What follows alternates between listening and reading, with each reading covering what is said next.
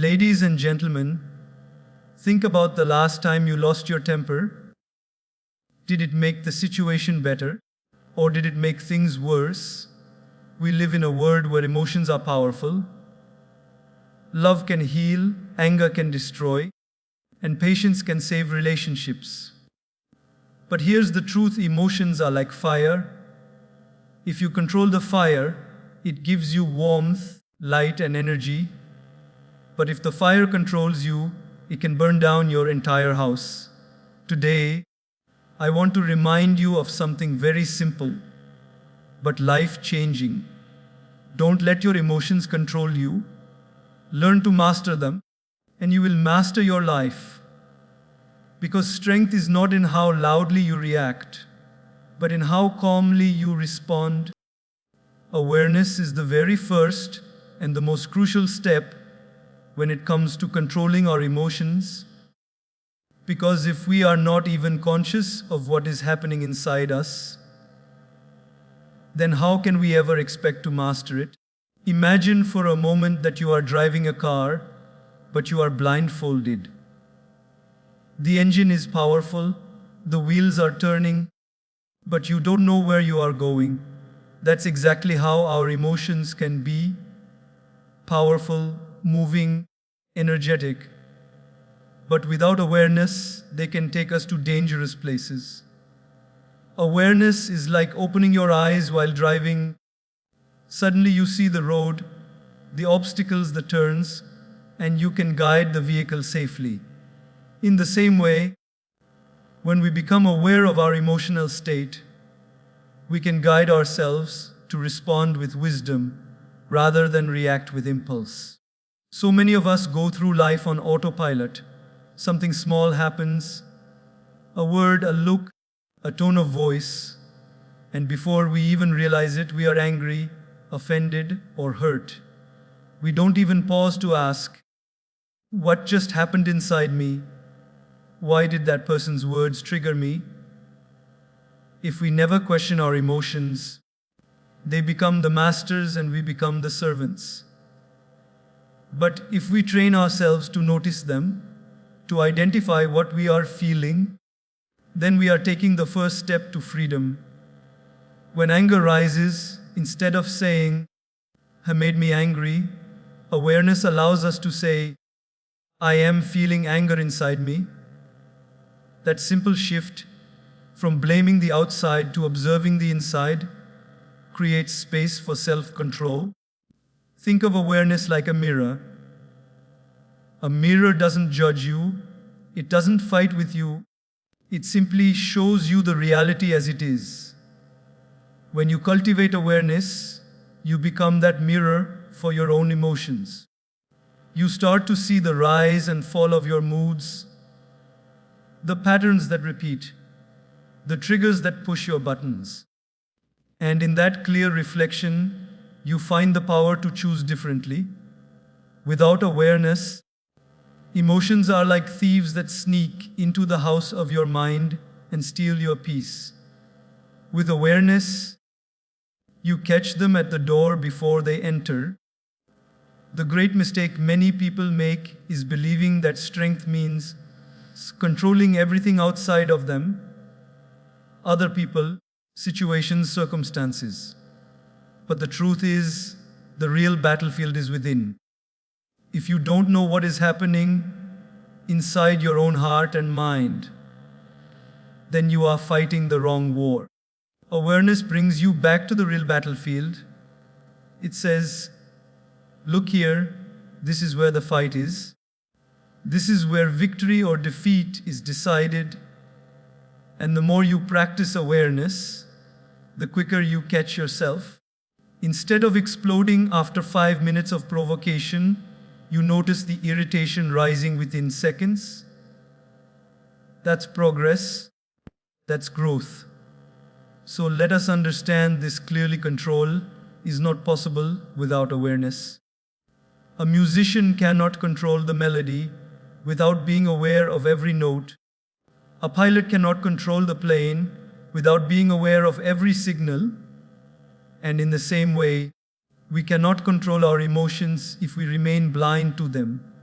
Awareness is the light that reveals what is happening inside us. And once the light is on, darkness can no longer dominate. This is why the very foundation of mastering emotions starts with simply observing, noticing, and acknowledging what we are truly feeling in the moment. Pause before reacting is one of the most life-changing disciplines a human being can ever develop. In the heat of the moment, our emotions often surge like a storm, and without thinking, we lash out, we raise our voice, we send the harsh message, or we take an action that cannot be undone. But when we learn to pause, even for a few seconds, we create a sacred space between what happens to us and how we choose to respond. That pause is not weakness, it is wisdom.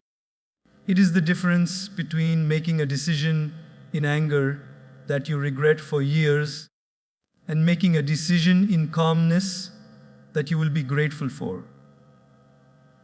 Think about how many relationships have been damaged, how many opportunities have been lost, how many wounds have been created simply because someone reacted too quickly without pausing. When you pause, you are not ignoring your emotions, you are honoring them by giving them room to settle.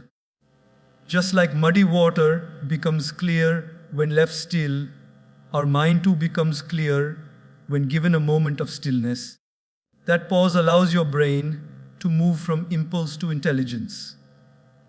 Science even shows that when we are emotionally charged, the amygdala, the part of our brain responsible for survival reactions, takes over. But if we pause, even for a few seconds, the rational part of our brain, the prefrontal cortex, has a chance to step in. That small pause literally shifts us from reacting like an animal to responding like a conscious human being. Many great leaders, thinkers, and saints practiced this principle. They were not people who never felt anger, fear, or frustration.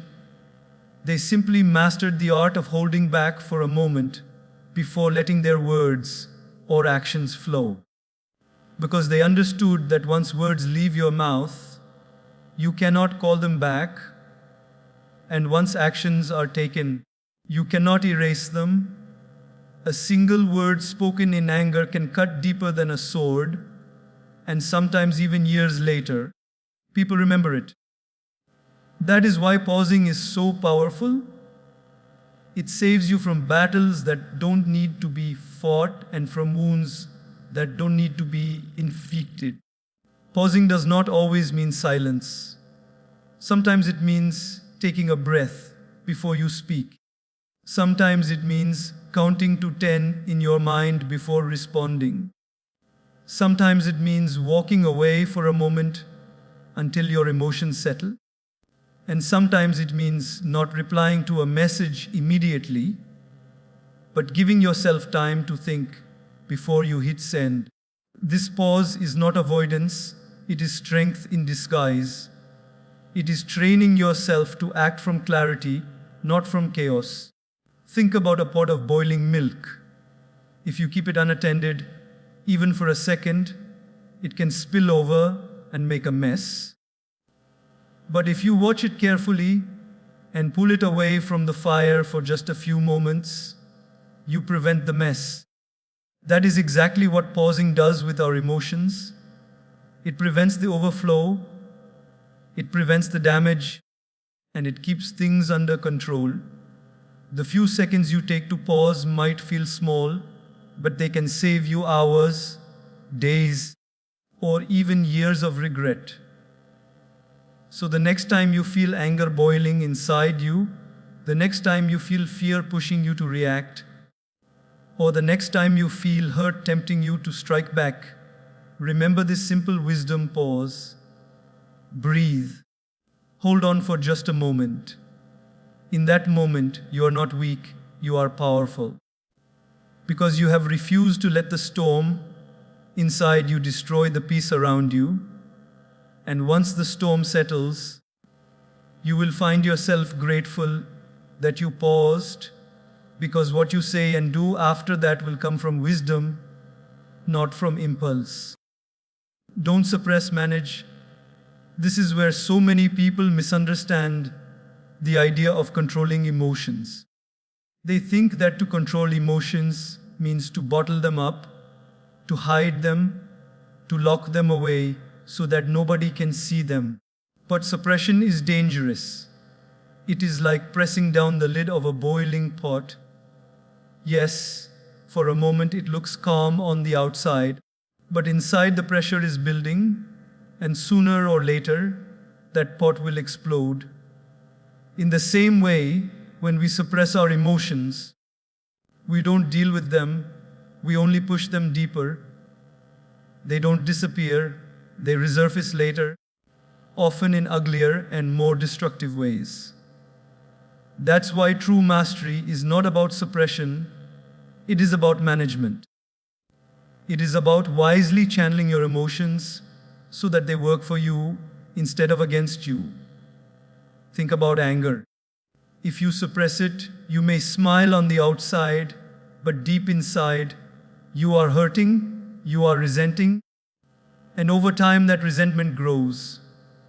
And when it finally bursts out, it comes with double force, shocking the people around you and leaving you drained. On the other hand, if you manage anger, you learn to express it without violence, without destruction. You learn to talk about what bothers you in a calm, respectful way. You learn to set boundaries without shouting. You turn that raw energy into something constructive. Anger, when managed, can become fuel for justice, motivation for improvement, and strength for change. But when suppressed, it becomes poison that slowly eats you from within. The same is true with sadness. So many people think being strong means never crying, never admitting pain, never showing vulnerability. They hide their sadness behind a fake smile and pretend everything is fine. But that is not strength, that is suppression. Real strength is allowing yourself to feel, to acknowledge your emotions, but not letting them drown you. It is saying, yes, I am sad, I am hurt, I am struggling, and then gently guiding yourself through it rather than locking it in a dark corner of your heart. Managed sadness can teach you compassion, empathy, and depth of character. Suppressed sadness only leads to depression, bitterness, or numbness. Even joy, if not managed, can cause problems. Unmanaged joy turns into recklessness. People lose themselves in temporary highs and forget responsibility. But when managed, joy becomes gratitude, it becomes sharing, it becomes something that uplifts not only you, but those around you. Management is about balance, suppression is denial, and denial never leads to healing, never leads to growth. So how do we manage emotions? First, by acknowledging them. Say to yourself, I feel angry, I feel anxious, I feel excited. By naming it, you reduce its power. Second, by giving it a healthy outlet. Talk to a trusted friend. Write it in a journal, channel it into art, exercise, prayer, or meditation. These outlets allow the emotion to flow out in a safe and constructive way rather than exploding in harmful ways. Third, by learning from the emotion. Every emotion is a message. Anger says something is unfair. Fear says something feels unsafe. Sadness says something valuable has been lost. Joy says something good is present. Instead of suppressing the message, we can listen to it, learn from it, and then respond with wisdom. Managing emotions means becoming their master, not their slave. It means holding them gently in your hand, not burying them under the ground. It means giving them space to breathe, but guiding them so they don't destroy. Imagine a river. If you block it completely, the water builds up and floods. If you leave it wild, it erodes and destroys the land. But if you build channels, if you direct it properly, that same river becomes a source of life, nourishing fields and cities. Emotions are the same. Suppression blocks them, chaos lets them run wild, but management turns them into life, giving energy. True wisdom is not in pretending you don't feel, but in knowing what to do with what you feel. When you stop suppressing and start managing, you will discover that emotions are not your enemy. They are powerful allies waiting to be directed. And once you learn this art, you will find that your anger, your sadness, your joy, your fear, all of them can be teachers, guides, and sources of strength, instead of sources of destruction. Shift from reaction to response is perhaps one of the most transformative practices one can cultivate in life. A reaction is quick, it is impulsive, it is fueled by the raw emotion of the moment. A response, on the other hand, is thoughtful, deliberate, and guided by wisdom rather than by impulse. The difference may seem small, just a few seconds of space, a small pause of thought, but the impact is enormous. It is the difference between destroying a relationship with one careless word and strengthening it with a wise choice. It is the difference between creating chaos and creating peace. Reactions come from the surface of the mind. Responses come from the depth of the heart and intellect. Think of the times when you reacted instantly. Someone insulted you, and before you even realized, you snapped back with double force. In that moment, your ego was satisfied, but later, regret knocked on your door. That is the nature of reaction. It feels satisfying in the moment, but it often leaves behind guilt, damage, and pain. Now think of the times when you held yourself back, when you allowed yourself to breathe, reflect, and then speak. Perhaps you diffused an argument. Perhaps you avoided hurting someone you love. Perhaps you made a choice that kept your dignity intact. That is the beauty of response. It may take effort in the moment, but it leaves behind peace, respect, and strength. Life constantly presents us with provocations. People will misunderstand us, criticize us, test our patience, and sometimes even intentionally try to pull us down. If we live in a state of constant reaction, we hand over our peace to every person we meet. They push a button and we explode. They say a word and we lose control. In this way, we become slaves to the behavior of others. But when we learn to respond, we reclaim our power. We are no longer controlled by what others do or say, because our actions are not determined by their behavior, but by our own values and principles. A reaction is like throwing fuel on a fire. If someone is angry and you react with anger, the flames grow. If someone is negative and you react with negativity, the darkness deepens. But a response is like pouring water on the fire. It calms, it cools, it prevents escalation. When you respond instead of react, you bring light into the situation rather than more darkness. This is why great leaders, wise teachers, and spiritually strong people are remembered. They had the ability to respond calmly in the face of provocation. They did not allow themselves to be pulled into the storm of reaction. Shifting from reaction to response does not mean becoming passive. It does not mean allowing others to mistreat you or remain silent when something wrong is happening. It means addressing the situation with clarity and control rather than chaos and impulse. A person who reacts might scream at injustice and achieve nothing, but a person who responds strategically can fight against injustice and bring real change. Response is not weakness, it is strength under control. It is the ability to act powerfully without being carried away by emotion. Training yourself to respond requires practice.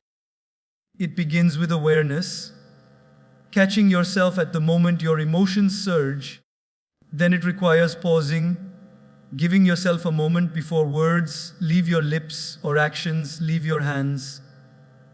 And finally, it requires wisdom, asking yourself, what is the best way to handle this?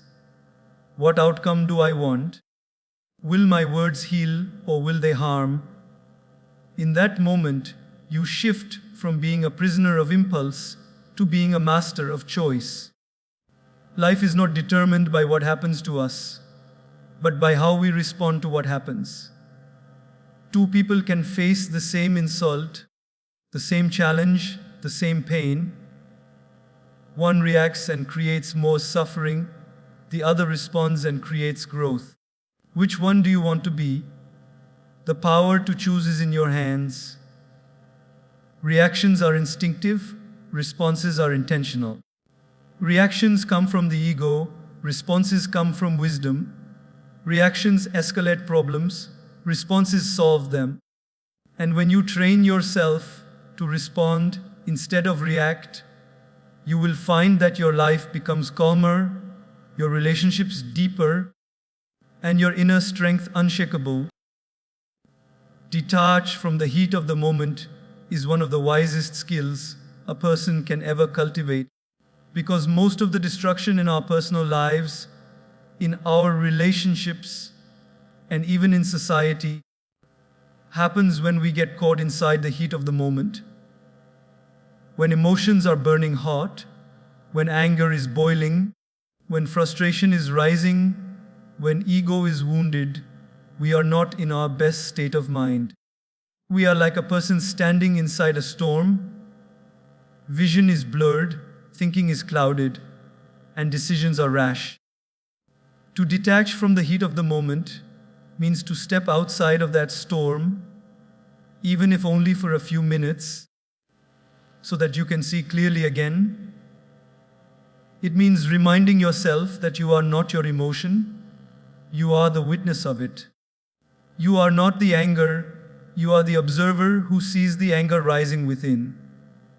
You are not the pain, you are the one noticing that pain. This shift in perspective gives you power.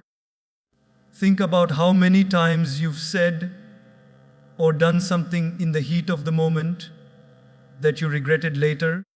Maybe you shouted at someone you deeply love. Maybe you made a harsh judgment. Maybe you took a decision out of pride or hurt that later you wished you could reverse. And when you look back, you realize the problem was not the situation itself. It was your inability to step out of the emotional fire when it was burning hottest. If you had waited, if you had breathed, if you had taken a step back, the outcome could have been very different. This is why detachment is not weakness, it is wisdom. It allows you to respond when your mind is calm, rather than when your mind is burning. Detachment in the heat of the moment does not mean indifference. It does not mean you stop caring or you walk away from responsibility. It simply means you give yourself space to cool down so that you can act with clarity. If someone provokes you, detachment allows you to say, right now, my anger is high. I will not speak until I am calmer. If a situation feels overwhelming, detachment allows you to breathe and remind yourself, this is not the end of the world, it is just a passing storm. When you do this, you stop being controlled by temporary emotions and start being guided by permanent wisdom. The great teachers of life have always spoken about this. They have said that we are like a driver in a car. If the windshield is foggy, you cannot see where you are going, and driving at full speed is dangerous. The fog in our lives is our emotional heat, the anger, the fear, the frustration. Detachment is like turning on the defogger, waiting for the glass to clear, and only then driving forward. Otherwise, we risk accidents that can harm ourselves and others. Detaching also means remembering perspective. In the heat of the moment, everything feels bigger than it actually is. A small insult feels like an attack on your entire existence. A minor inconvenience feels like the end of your world. But when you step back, when you detach, you realize how small it really was. You ask yourself, will this matter a year from now? Will this matter even a week from now? And most of the time, the answer is no, yet. Because we didn't detach, we let it rob us of peace, of joy, and sometimes even of relationships. One of the practical ways to detach is to practice silence. Instead of speaking immediately, hold back your words until the fire inside you settles. Another way is to change your environment. Walk out of the room, take a stroll, or simply close your eyes and breathe. Even a few minutes away from the situation can cool down the flames inside. Sometimes detachment also means refusing to take things personally. Not every harsh word spoken to you is a true reflection of you. Often, it is simply a reflection of the pain or frustration of the other person. By detaching, you remind yourself, this is their storm, I don't have to get caught in it. When you learn this art, you stop being a slave to every passing emotion. You stop giving temporary feelings the power to create permanent damage. You start living with strength, with dignity, and with calmness. Detachment is not running away from life, it is engaging with life from a higher ground. It is standing above the storm so that you can see the bigger picture. And when you practice it again and again, you will discover that the storms of life no longer shake you as they once did. They may come, they may pass, but you remain steady, calm, and clear. Use perspective is one of the most liberating ways to master your emotions. Because in the heat of life's challenges, we often lose sight of the bigger picture. When we are angry, hurt, or frustrated, everything feels exaggerated. A small problem feels like the end of the world. A single criticism feels like a complete rejection. And one failure feels like our entire life has collapsed. But perspective is the lens that brings reality back into focus. It is the wisdom that asks, will this matter in 5 days? Will it matter in 5 months? Will it matter in 5 years? And the moment we ask those questions, our emotions begin to shrink back into proportion. Think of the last time you were upset about something small, a delayed reply, a rude comment, a missed opportunity. In that moment, it felt huge, didn't it? But now, when you look back, you realize it didn't really matter. The storm passed, life moved on, and you probably even forgot about it. That is the power of perspective. It teaches us that most of the things that disturb our peace are temporary, not eternal. They are like passing clouds that appear dark and threatening, but soon drift away, revealing the clear sky again. Without perspective, we mistake the cloud for the sky itself. Perspective also teaches us that people are human. When someone hurts us with their words or actions, our first reaction is often to feel deeply offended and to take it personally.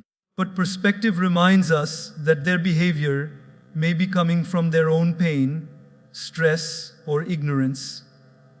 It is not always about us. Instead of drowning in anger or sadness, we can step back and see the situation for what it really is.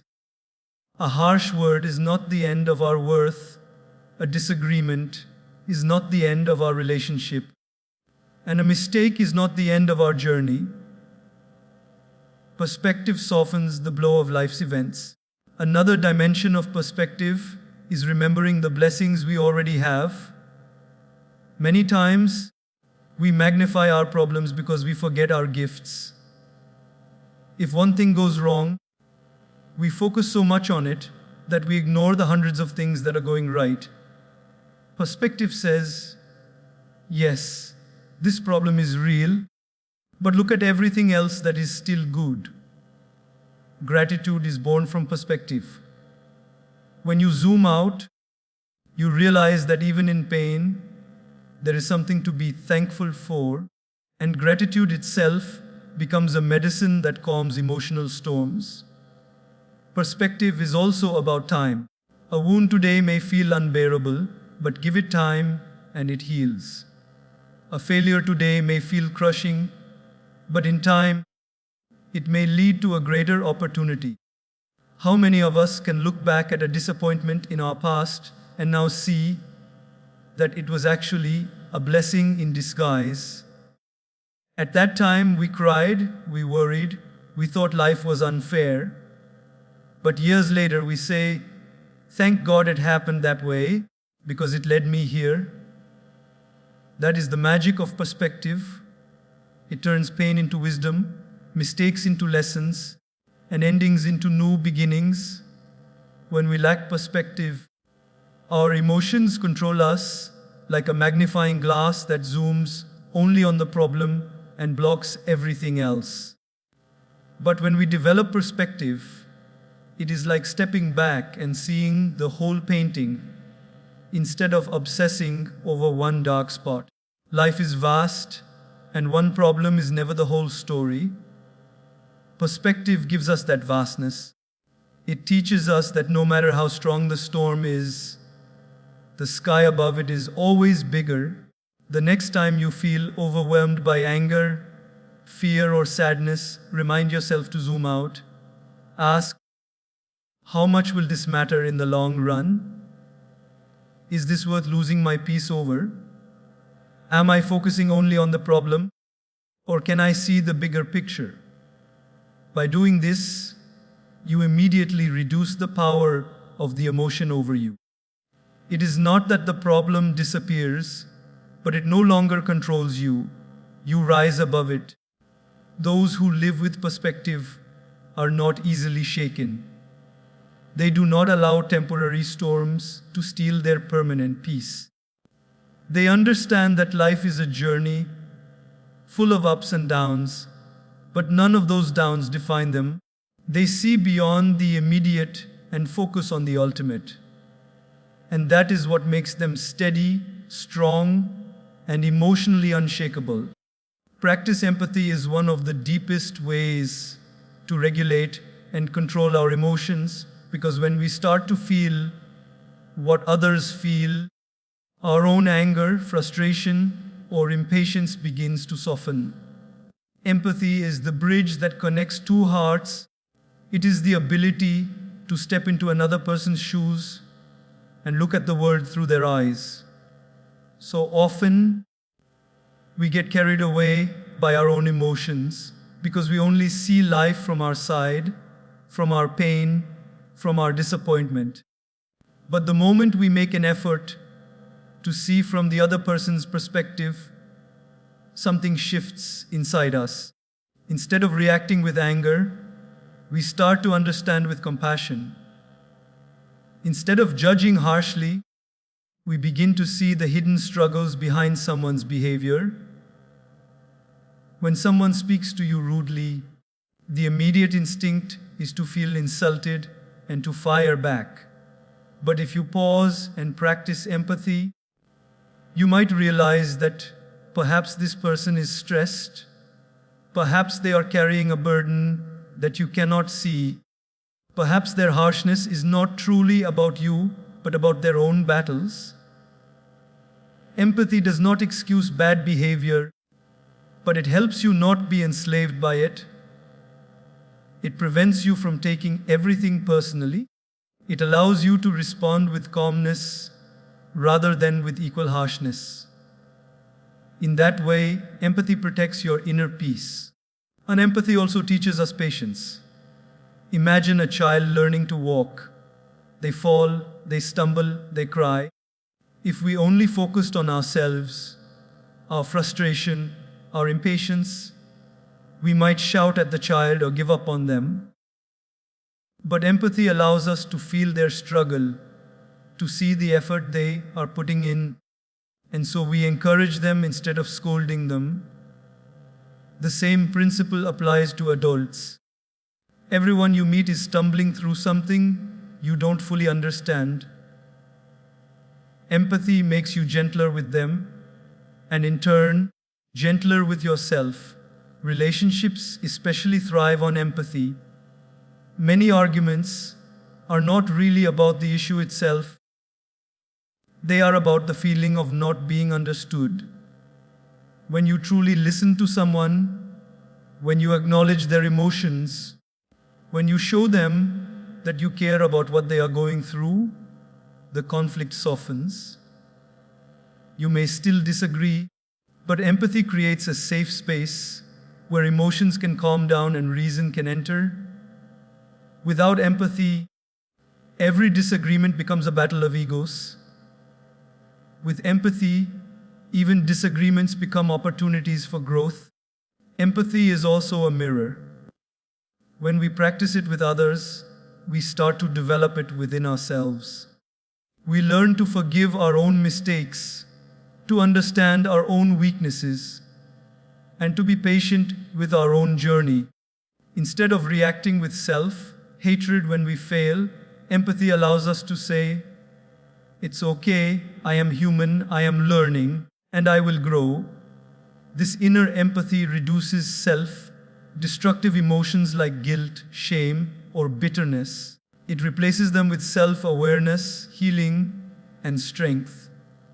To cultivate empathy, we must first learn to listen, not just to words, but to tone, to silence, to the emotions that lie beneath what is being said. Often, people don't need solutions, they simply need to feel heard. By listening with empathy, you are not only controlling your own impulse to interrupt or argue, you are also calming the storm in the other person's heart. Another way to develop empathy is to remind yourself that every person has a story. If you knew the full story of their life, if you knew the pain behind their eyes, you would judge them less and love them more. In the absence of empathy, anger thrives, conflicts grow, and relationships break. But in the presence of empathy, anger loses its grip, conflicts shrink, and relationships deepen. Empathy is not weakness. It is one of the highest forms of strength. It takes courage to lower your guard, to feel another's pain, and to respond with kindness when your own emotions are screaming for revenge. But that is what makes empathy so powerful. It transforms your inner world first, and then transforms the world around you. The next time you feel emotions rising, try to practice empathy. Ask yourself, what might this person be going through? Why might they be acting this way?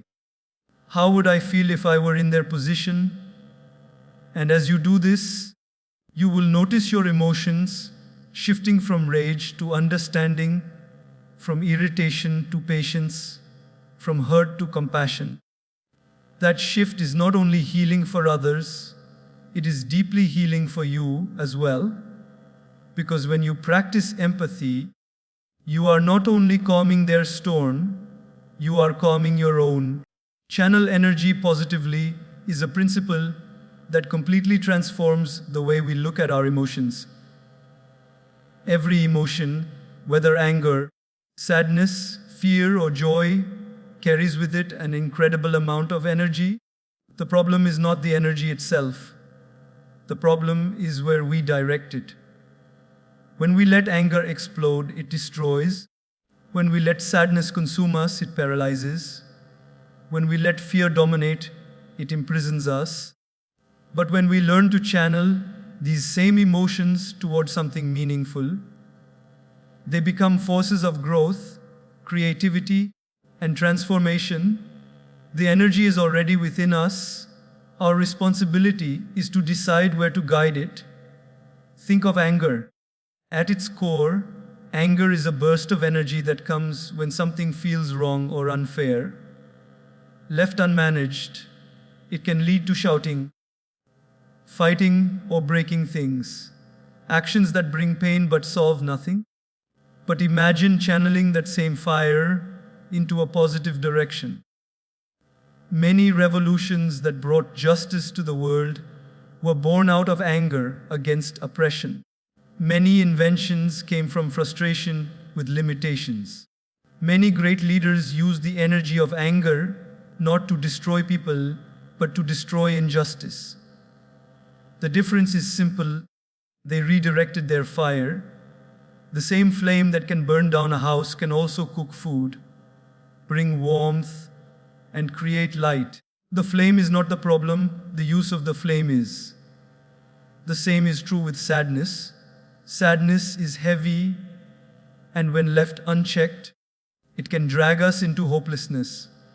But sadness, when channeled, gives birth to art, music, poetry, and compassion. Some of the world's greatest music and literature were written in times of sorrow.